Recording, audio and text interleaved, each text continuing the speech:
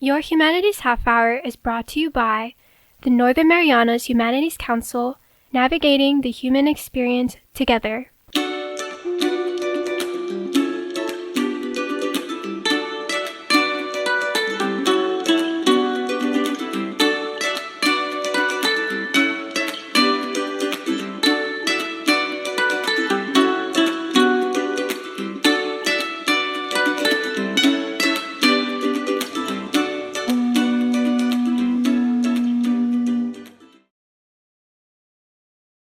Hafade Tiro, and welcome to your Humanities Half Hour. I'm Catherine Perry, and today we are chatting with the 2023 Governor's Humanities Awardee for Research and Publication in the Humanities, Ajani Burrell. Ajani, welcome, and welcome back to Saipan. Thank you. Thank you for having me. It's great to be here. It's an honor. You've been gone for a little bit, and we'll talk a little bit more in the other half of the show about why. But first of all, let's advise our viewers about this publication that you received an award for, a Marianas Mosaic. What's it all about? A Marianas Mosaic was a collaboration, years in the making, with a colleague at NMC. It was generously supported by the Humanities Council. They really helped to make it happen. And it's a book that essentially tries to capture various aspects of life in the Marianas today, or in the relatively recent past, what we would call contemporary times.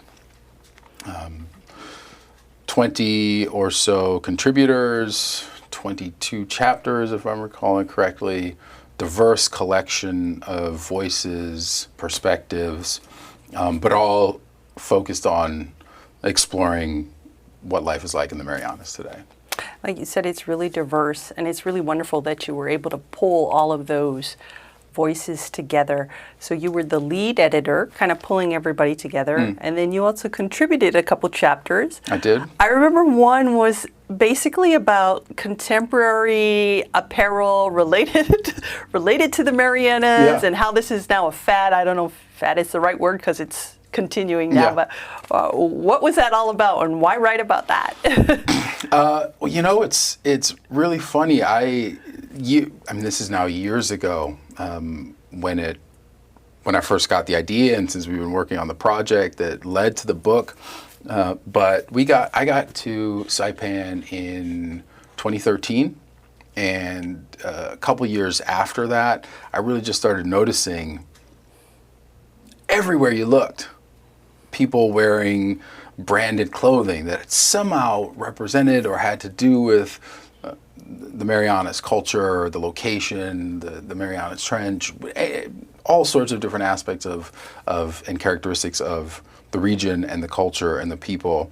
And I was just fascinated at how quickly it proliferated. One day there was nobody wearing these things, or almost no one, and then the next day it seemed like everybody, and then not just four. There were 20 or so odd different companies. Wow. In 2015 producing this branded clothing, and I draw a comparison in the chapter to similarly sized places like La Crosse, Wisconsin had about the same population at that time as the Marianas, and not even the Marianas, just the CNMI. 13 of those companies were actually in the CNMI.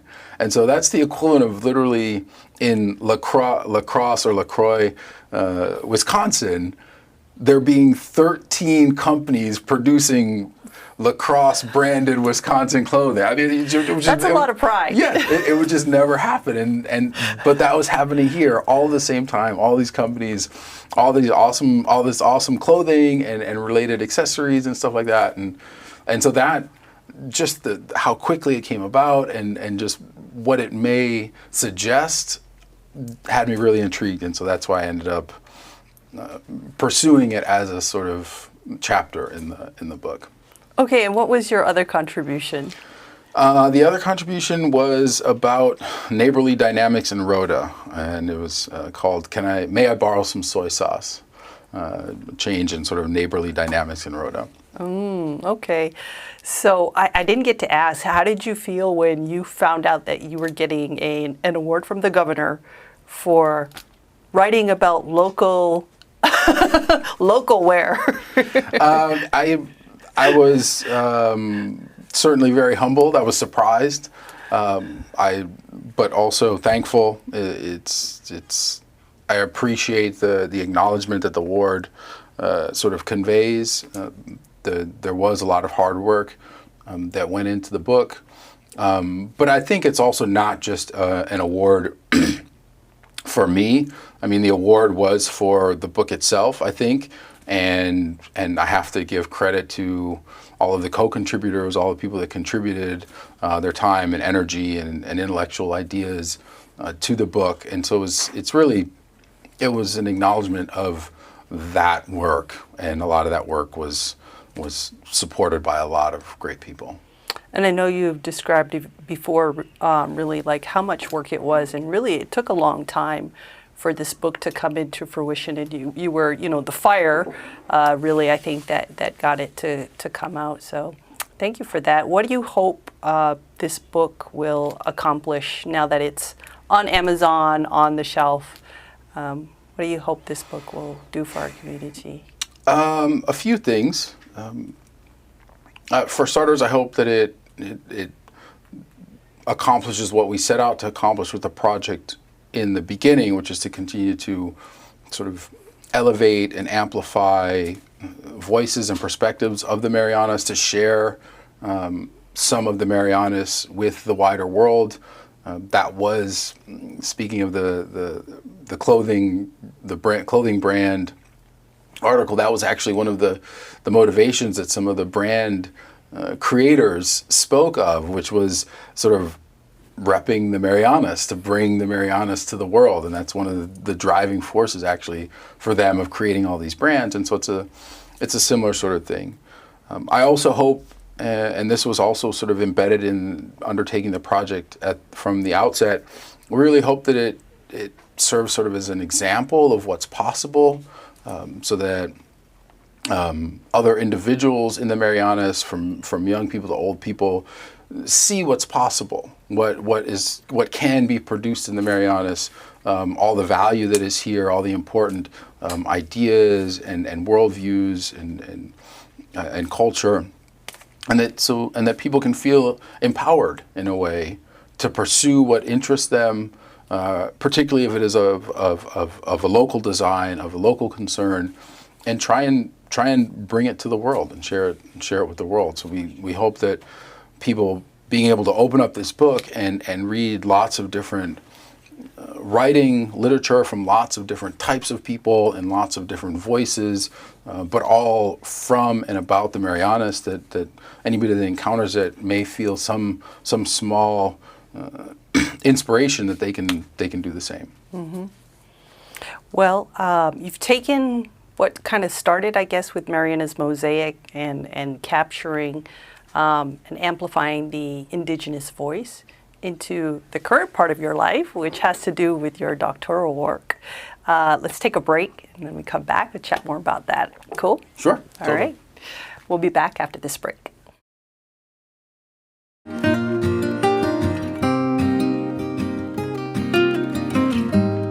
Hafaday, Zantiro. I'm Leo Pangilinan with the Northern Marianas Humanities Council.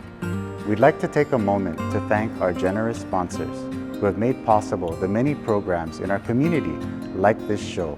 We couldn't have done it without them. And if you value the work we do and would like to make a contribution to our efforts, we ask that you consider making an in-kind or cash contribution to the Northern Marianas Humanities Council. Any amount is appreciated, and donations of up to $5,000 qualify for an educational tax credit. We appreciate your partnership and support. Sidhus Maasi, Olomai, and thank you.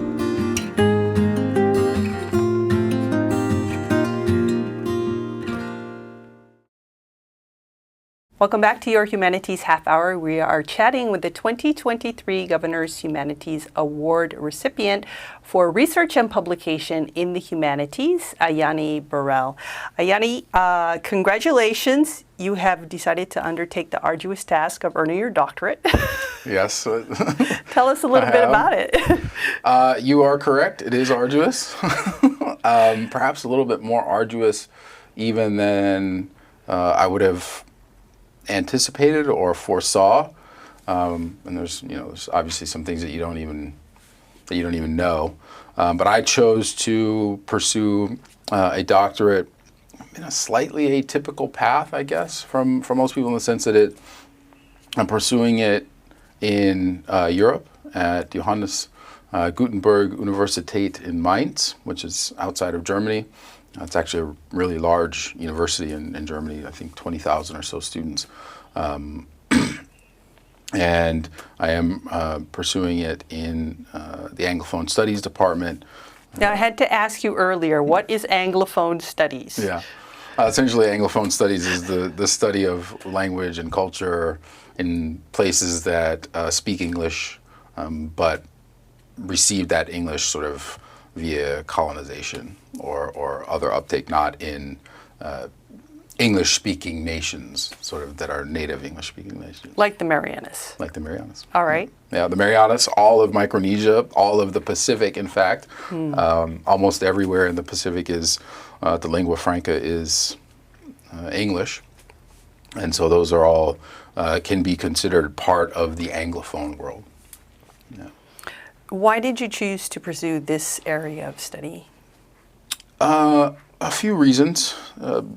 One is I've lived here now for 10 years. I have always enjoyed being here, enjoyed being exposed to the culture, meeting people here, living here. My family and I love it. And that is sort of what, in part, inspired Marianas Mosaic, the book. And so in a way, it's a continuation of that appreciation. But there are other reasons as well. I am a sort of, by trade or training, a literary studies person. I have an MFA in creative writing. Really enjoy literature, and so fusing those two things, the appreciation for the culture and the people here in the Marianas, and an appreciation of literature, sort of resulted in this doctoral work that explores some aspects of indigenous literature in the Marianas. You know, I hadn't really thought of this before, but, you know, after you get your doctorate, what do you hope will be the outcome of all this research you're putting into, as we said, the indigenous voice? Other than you having doctor in front of your name, which is always great, comes with a salary increase, prestige, all these great things. But really, I mean, because this is really a big portion of your life that you're putting into these studies. Why? Or what do you hope will come from it? Well, for starters, I really hope that to sort of bring more light or exposure to the fantastic literature that's being produced here in the region. One of the reasons, sort of another reason why I undertook it, is that the literature here of the Marianas it seems to me, in my estimation, to be understudied or underrepresented. There has been some movement of late in that regard. People have been coming to it more. There's been some increased notoriety for Marianas writers. Craig Santos Perez has grown very large in the literary world these days, and in the indigenous literary world. And there's been a lot of focus on poetry, as it were. Is much of the scholarship and research on literature, which of the Marianas, which is, again, isn't much. Yeah. Most of it tends to focus on poetry. And I wanted to try and provide some exposure for the non-poetic literature that is being and has been produced by people of the Marianas. So I hope in that regard that, again, the sort of outcome or ancillary product to the actual research itself is that, again, people sort of see what's possible, right? And that people actually know a little bit more about the literature that's being produced here, because very few people ever have exposure to it. So if I can help to contribute to increasing that exposure, more people, just a few more people even, hearing about Julian Ogden or Chris Perez Howard or any of these other people that have been and are writing literature in the Marianas, that 2 or 3 or 4 or 5 or 10 or 20 other people have heard these names, have heard about this work that's being produced, then I think I've accomplished something. I would say so. In looking at some of the papers you've presented and abstracts, maybe we could start off with this word, and you can explain it way better than I could. So I'm just going to try. I'm just going to introduce it and turn it over to you. Sure. Okay. So it talks about talanoa, which of course I looked it up, right? Yeah. Incredible word, Fijian word. It's being used kind of across the Pacific, though. What is it, and how does it relate to the indigenous voice and your work? Sure. So talanoa is a sort of South Pacific cultural practice, very prevalent in Fiji, as you mentioned, Samoa, Tonga, and it comes from the culture, and it essentially means to literally translated, it means to talk about nothing. Now, that obviously is not exactly what we sort of understand it to mean, particularly in the West. It's a kind of unstructured, open dialogue that has at its heart a few very foundational cultural values that make it so powerful. And ultimately what it is usually used to do, there's euphemisms for it. It's sometimes called rolling out the mat, where families very often sit around and talk in an unstructured way to try and build understanding, reach compromise, find solutions, but it's unstructured. And so that's the cultural practice that is talanoa. And I think it's marked old. by, you were talking about the values like honesty, transparency, or open, you said, maybe that's the talking about nothing part, is you just talk and you just speak from your heart. Correct. It's another euphemism is talking from the heart. It is characterized by open, earnest, emotional conversation that is relational, right? So people appreciate the relationships between the people in the conversation. It's reciprocal. So it has a lot of traditional or indigenous or epistemological values that make it a powerful tool. And that's the cultural practice. It has since become perhaps the most widely used Pacific indigenous research method. It has sort of evolved into a research method where people use it to explore various topics. Lots of them have to do with the social sciences. It is very often used in educational circles. That's probably its most common use. But it's still, and again, in that regard, it's sort of similar to interview or dialogue, but it's endowed with these Pacific indigenous values that make it different, and so that's the sort of framework that I'm using or approach or method that I'm using to conduct this research. So I'm looking at it as, in other words, you're not really doing surveys. Not doing surveys. Not doing surveys. Yeah. Okay. Sorry. No, but please continue. So you're using it to explore various indigenous writings, or in what way is it applied to your work? So it's I consider myself sort of putting the various indigenous writing, and the writing I'm looking at is contemporary indigenous narratives of the Marianas. So essentially stories of various forms. So I'm taking these stories and I'm putting them in talanoa, which to sort of use a more familiar term, putting them in conversation in various ways. Each chapter sort of does this slightly differently, but doing it always with an eye on and through the lens of these indigenous values that endow Talanoa with its power. And so there's these conversations, as it were, are happening in a number of different ways, based on the specific literature that I'm looking at.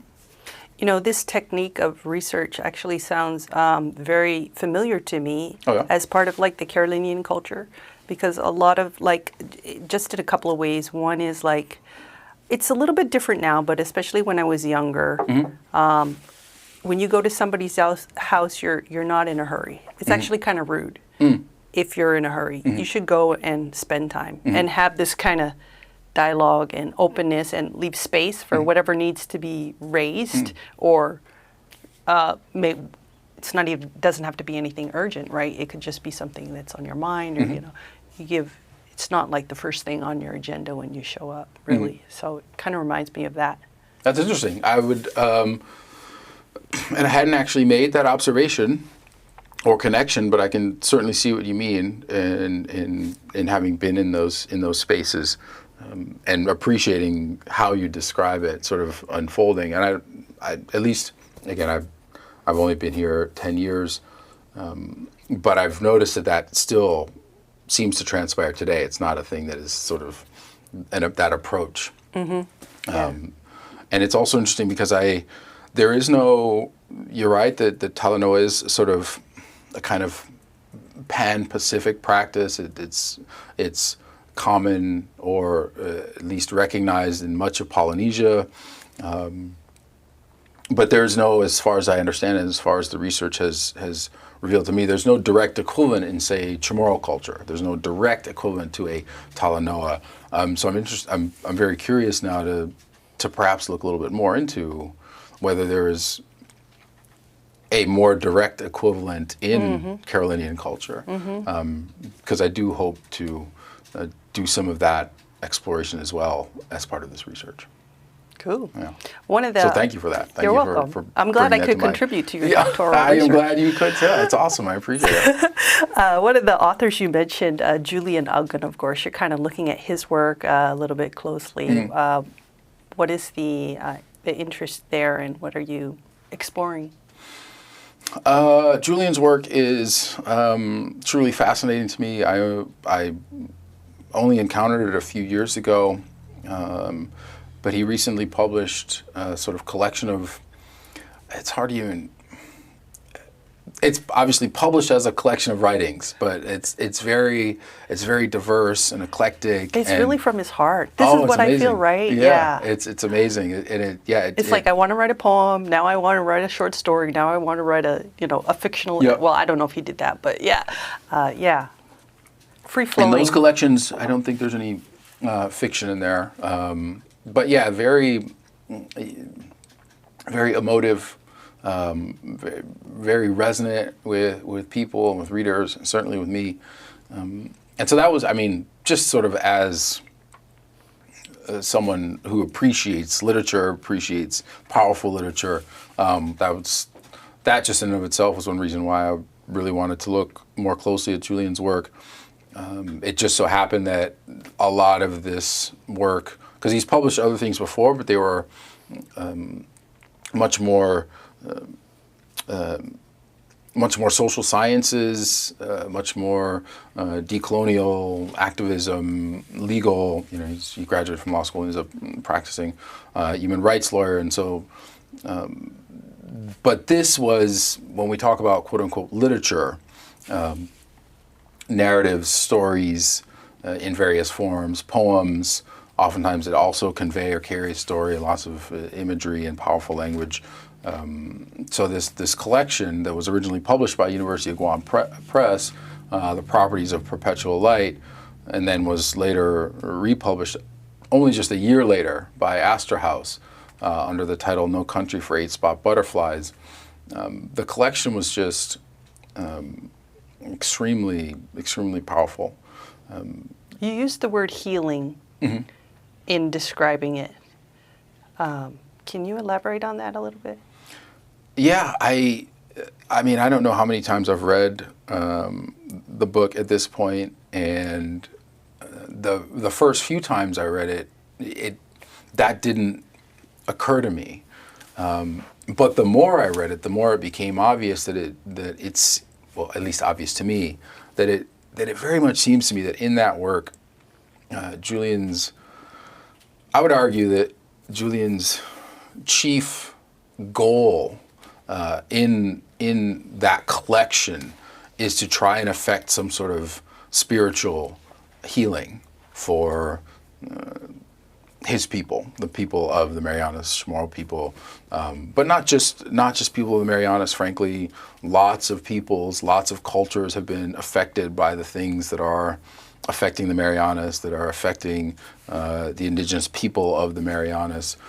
Certainly most, or if not all of the Pacific, it has suffered a lot of those things. And so he's not exclusively concerned about trying to necessarily affect some sort of spiritual healing just for the people here, but it seems to me that he's very much concerned about and believes that in order to continue the decolonial efforts that are underway, to continue to affect the cultural revitalization, that there needs to be an attention to the soul and the spirit of the people here who have undergone a great many traumas over the past 400 or so years, and the various effects and symptoms and outcomes of those traumas can be seen in various ways and forms, but the solution is a kind of soul healing. And that's very much what it seems to me that the work is doing. Now, I don't know whether, I haven't spoken to Julian yet about this. I plan to. That's part of sort of engaging in good, holistic, culturally appropriate Talanoa. I hope to eventually at some point speak to Julian or with Julian about these things. If he can carve out a little time for me. I know he's super busy.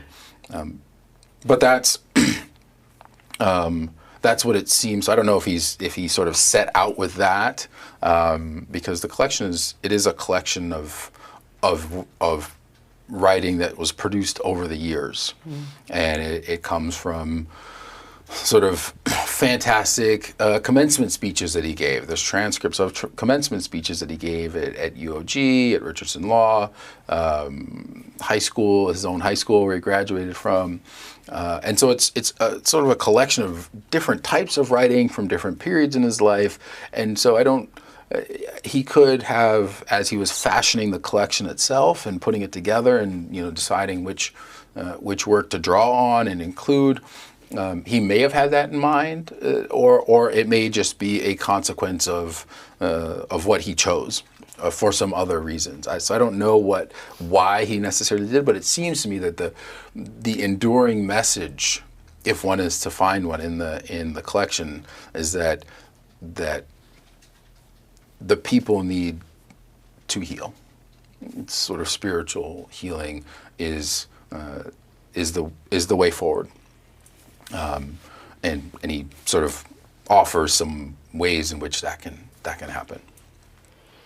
I know you're also looking at writings for people in the diaspora or people from the Marianas who live mostly in the States or other parts of the world. The cool thing is it sounds like with this doctoral work you really have the opportunity to look deeply into what is being produced and to kind of, as you were describing with Julian, kind of like follow this train of thought to see whether or not it's true or what do you hope will, what is your major goal for the first part of this work that you're doing? Well, the diaspora studies, the sort of study of the narratives of the diaspora is very, very interesting because it's also so eclectic, right? There is no sort of universal Marianas or Chamorro diasporic writer or literature. They all, there's as it turns out, there's actually more Chamorros in the diaspora than here in the Marianas, and that has been for at least a couple decades now. That sort of travel, that migration has been happening for several decades now, essentially, seemingly increasingly over the years since World War II. So there's a multiplicity of voices out there, and so that's been the really interesting thing for me with the with looking at the narratives of the diaspora. In terms of what I hope to accomplish or see with the sort of first part of the doctoral research, I mean, first and foremost, trying, however, in some small way, to simply introduce the voices and writers and literature of the Marianas and of people of Marianas descent to a wider world. So if I can write about and analyze 3 or 5 or 7 stories or a collection from writers in the Marianas that, granted, an admittedly small segment of the academic population will read, it is nevertheless just a few more eyes. Yeah. And so just contributing to that discourse, offering a little bit more exposure to those writers who are writing some great stuff. Mm-hmm. And then again, hopefully thereby, as I hopefully publish some of the work and contribute a little bit to that exposure, just having more people in the Marianas be aware of what is possible, what they can do if they are so inclined. If they want to write stories, they can. And now that we have ever more publication opportunities like Pro Publications at NMC, that there's avenues for those to come to the world and to find readers. Mm-hmm. So that's first and foremost, that's the initial early goals of undertaking the research. Well, I want to thank you again and congratulate you again for your time and really wish you the best. We look forward to what comes out of this work that you're doing. Thanks so much. I appreciate it. And I hope to keep the work going. All right. Our guest today has been Ajani Burrell. He's the 2023 Governor Humanities Awardee for Research and Publication in the Humanities. This has been your Humanities Half Hour. I'm Catherine Perry.